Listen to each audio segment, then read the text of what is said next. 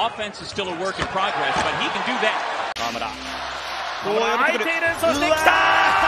Mga kapatrol, dahil maraming nagre-request para sa isang comparison video ni Kai Sotto at ng bagong player ng Dallas Mavericks na si Jamarion Sharp, ay eto na po.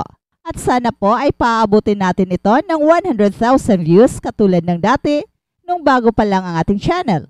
Ang tanong, bakit kailangan nating ikumpara si Kai Sotto kay Jamarion Sharp? Well, obviously, pareho kasi silang extra tall player. Kai Sotto being a legit 7'3" at si Jamarion Sharp naman ay isang legit 7'5". Pareho rin silang mga undrafted, pero luckily kay Sharp ay kinuha siya kaagad ng Dallas Mavericks galing sa free agency, while si Kai ay naghahanap pa rin ng isang NBA team. Pero bakit nga ba nauunahan pa si Kai na 2 taon nang nagpa-draft, samantalang si Sharp ay this year pa lang nagiging undrafted, yet kinuha kaagad? Sino nga ba ang mas magaling sa kanila? Pero bago yan ay tingnan muna natin ang 2 highlights ng bawat player side by side to have a better idea kung sino ang mas magaling. Great bounce pass to Kozart, blocked by Sharp. Yuka Manu and his shot blocked by Sharp. 繋いでますね。ゴールした。カイソット。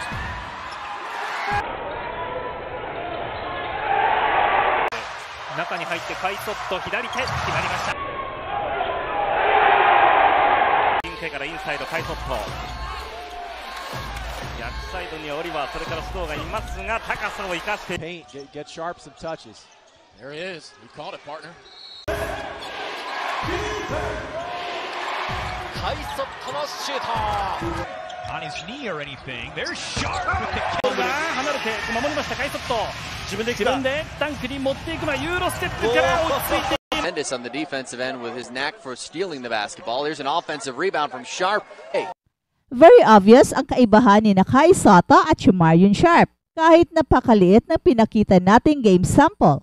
While si Kai ay isang napakagaling na offensive player, si Jamarion Sharp naman ay isang great shot blocker and defensive player around the basket. So in other words, ay napakalaki ng advantage ni Kai in terms of scoring compared kay Sharp, pero pagdating naman sa depensa, ay mas kinatatakutan sa ilalim itong si Sharp dahil sa kanyang height, napakataas na reach at napakalakas pang lumundag. He reminds me of Vek Wembanyama without the scoring, handles and offensive skills. Malaki ang potential ni Sharp at kung magpapatuloy ang kanyang development, ay siguradong maraming pahihirapan siya sa NBA. On the other hand naman, si Kai Sotto ay napakataas pa ng kanyang potential in terms of offense. Ang pinakamalaking advantage lang ni Sharp over Kai ay ang kanyang patience. Hindi kasi siya nagmamadali and he waited na mag 22 years old muna siya bago nagpa-draft. Samantalang si Kai ay as early as 19 years old ay pumasok na siya sa draft kaya hilaw na hilaw pa siya sa tingin ng mga NBA teams. In fact, merong school of thought na kung this year pa sana nagpapadraft si Kai ay siguradong makukuha siya sa second round with the possibility na makapasok sa NBA as lottery pick. At sino nga ba itong si Jamarion Sharp? Jamarion Sharp is an American professional basketball player for the Dallas Mavericks of the National Basketball Association, and he played college basketball for John A. Logan College, Western Kentucky, at Ole Miss. At 7'5" he was one of the tallest Division I players ever, and is one of the tallest living humans. Ang Western Kentucky, ang the same school noon ni Japet Aguilar when he played sa USNCAA Division I. At hindi masyadong impressive si Sharp sa NBA Summer League, playing 5 games with an average of 2.6 points and 2.6 rebounds per game.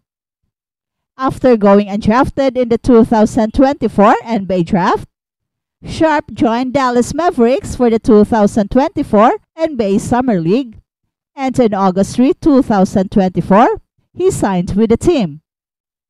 At balitang Olympics naman, Stephen Curry nagpaula ng tres. Team USA, sinungkit, gold ng Paris Olympics. Tiniyak ni Stephen Curry na makapag-uwi siya ng Olympic gold medal. Matapos ngang makuha ang ika-4 niyang NBA championship sa Golden State Warriors, may maipagmamalaki ng Olympic gold medal itong si Stephen Curry. Ito'y matapos niyang magpaulan ng tres para sa Team USA na inilampaso ang France sa finals ng men's basketball sa 2024 Paris Olympics 98-87 sa Bercy Arena. Umiscore si Stephen Curry ng 24 points, 8 3-pointers, kabilang ang 4 na 3-pointers sa final minutes ng laro para itali ang France. Nag-ambag si Kevin Durant ng 15 points, habang 14 points naman si LeBron James, na sinahugan pa ni LBJ ng 10 assists and 6 rebounds para tanghalin na MVP sa FIBA's tournament. Ito ang ika-5 sunod-sunod na Olympic gold medal ng Team USA.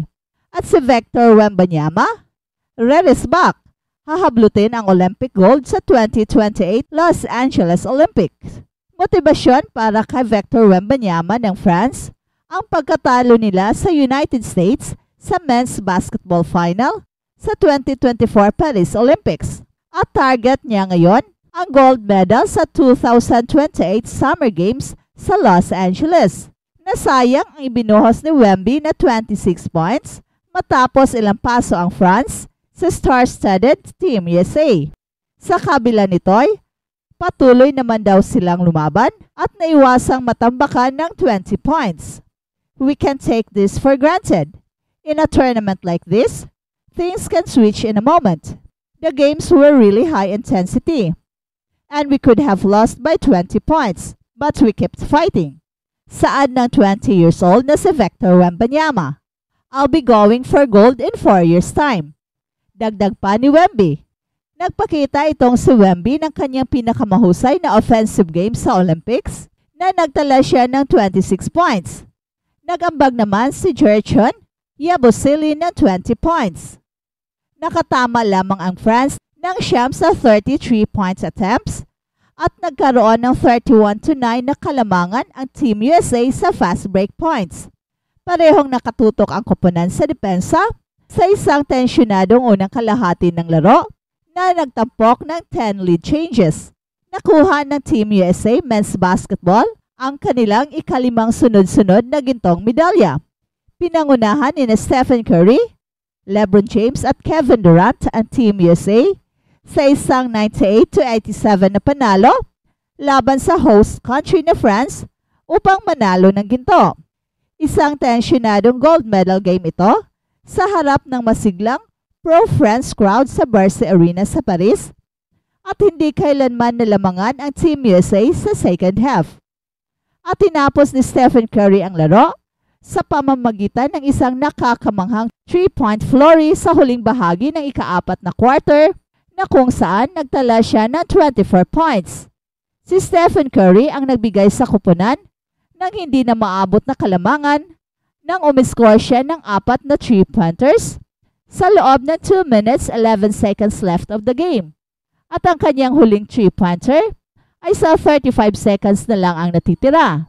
So ito talaga ang tira na tila tanging si Stephen Curry lamang ang makakagawa.